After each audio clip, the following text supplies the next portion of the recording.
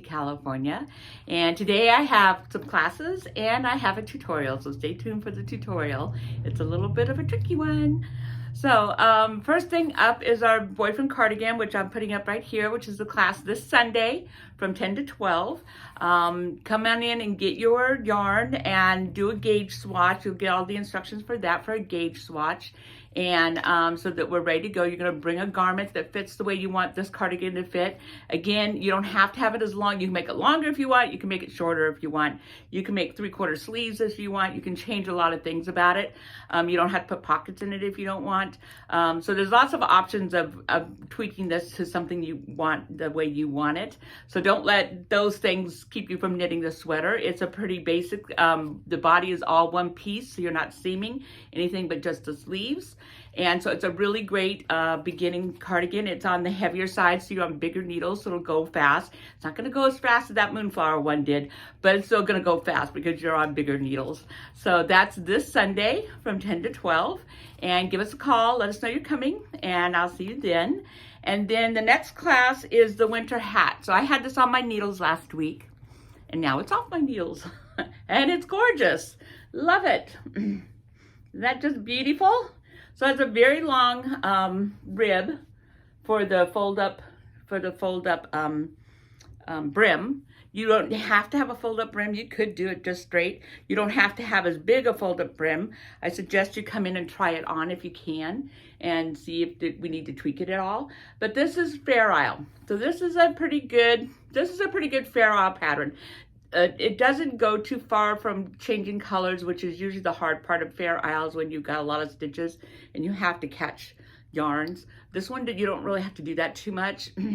But don't let this scare you. All you're doing is knitting with two colors. So like you knit 2 brown stitches, you drop the brown, you pick up the cream, I'm gonna call it cream, and you knit 2 cream stitches or whatever the chart is doing, and you're just reading black and white squares, and so just color changing, you know, like you would a needlepoint or cross stitch or something.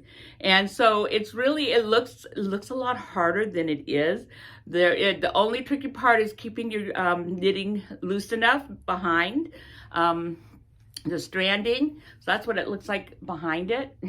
So we call all these lines of yarn right here, we call that stranding because you're stranding it across stitches. And so you got to keep that loose. But that's simple to do. You just have to pay attention that you're doing it. So that's it. That's for Saturday the 19th. That's Saturday 19th at 2 o'clock. And we have lots of choices. You don't have to use this yarn. Again, Kathmandu would also be a very good yarn if you want different color choices. This is the Noro that's, this is a New Zealand yarn, and so the colors come from the type of sheep that the wool comes from. So it's all not dyed, organic New Zealand wool. It's lovely, lovely wool. You will have enough out of this hat. You can either make 2 hats, I don't know, maybe even 3 hats, I don't know. Or you could make accessories to go with the hat. So like a pair of fingerless glove and a cowl. I think you could get all 3 things out of the 2 skeins of yarn that you get if you get the Noro. Obviously, if you get the Kathmandu, which I will grab right here. So this is what Kathmandu looks like. And so this would be, you might be able to get, I don't know. We'll have to weigh it. I don't know if you've got 2 different colors. I don't know if you'll have much left over. But you might, and you might be able to do like a fingerless glove or something. But that's the Kathmandu's put up like that. Where this is put up, I'll put these up here. These are giant skeins that are like 350 yards on one skein, and you need 2. So you've got like 700 yards. And of course, a hat does not take 700 yards. So you can make multiple hats. You can make accessories to go with your hat, or you can just use it for something totally different. You know, you have it. So that class is on the 19th, Saturday the 19th at 2 o'clock. And then the last classes, our blanket class comes up on the 27th, the last Sunday, the 4th Sunday of the month. So I'm just going to say this one more time. The blanket class, it's not too late. You know, they worked on 2 squares. You can make up 2 squares in a whole year. So it's still not too late to do this if you felt like you wanted to do it. We do 2 squares a month. The yarn is a DK. really soft, washable yarn that's like a workhorse yarn. We use it a lot here for a lot of things. But you learn a lot. You'll learn a lot. You learn, like, right away. People are like, oh my God, you know.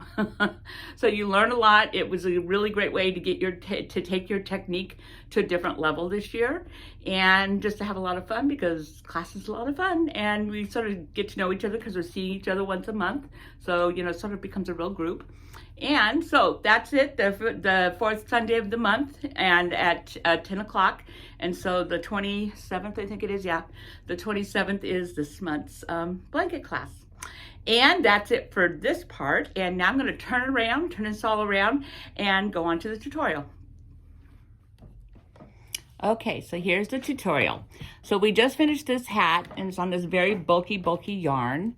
And they have these little flowers here. Camera's not quite in the right place, but anyways, they have these little flowers here, and these are done by knitting 3 together, yarn overing and knitting 3 together again in the same 3 stitches. So you're working that 3 stitches 2 times plus a yarn over.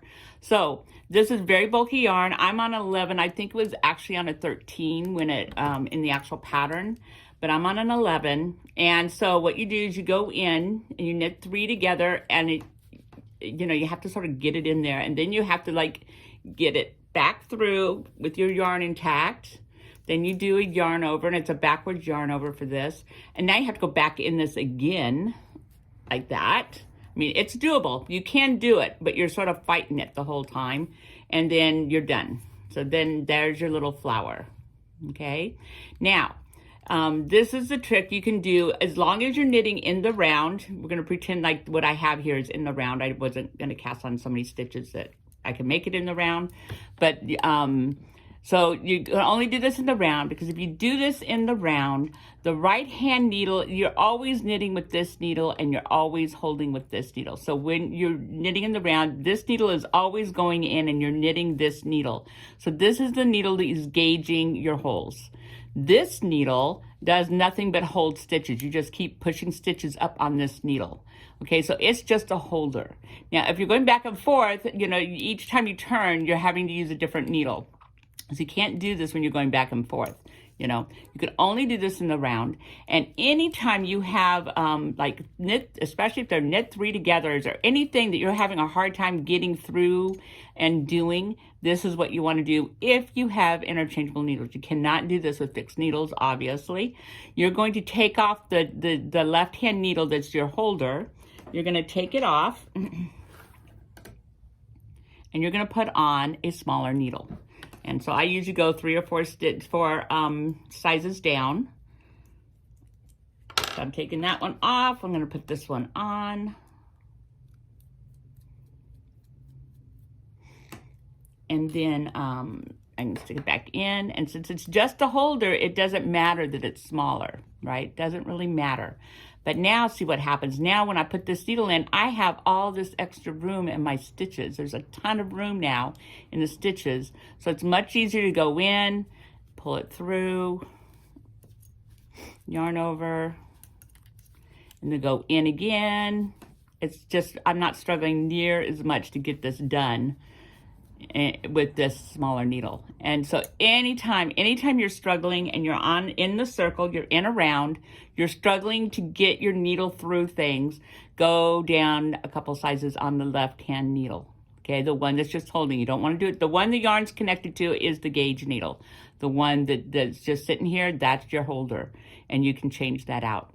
And that is your tip for this time. And it's, I mean, you'll find that this is a very useful tip. I use it quite often, very often, as a matter of fact. So that's it for this week. Hope to see you in the studio real soon. And